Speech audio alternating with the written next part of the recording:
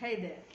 So as a teacher, if you're looking out how to build identification skill in children, that's alphabet identification, then as a teacher you need to find out number of activities that you can actually make children to do at your play school. Okay, by doing this you're making your child to concentrate on what you want them to learn. You're making them to give you number of repetitions, right? Because they love to play and they give you number of repetitions.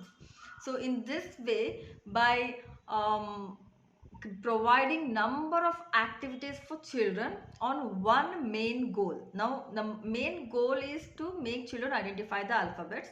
So what I will do, I will prepare 5 to 6 different activities for small children which will actually enable them to identify the alphabets with ease.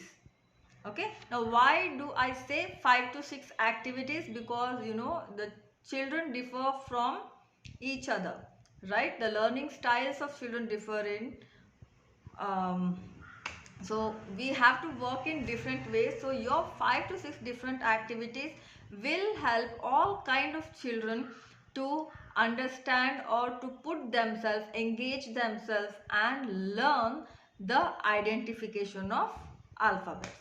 So your task as a teacher is what? You have to work on the activities which will bring in the identification of alphabets.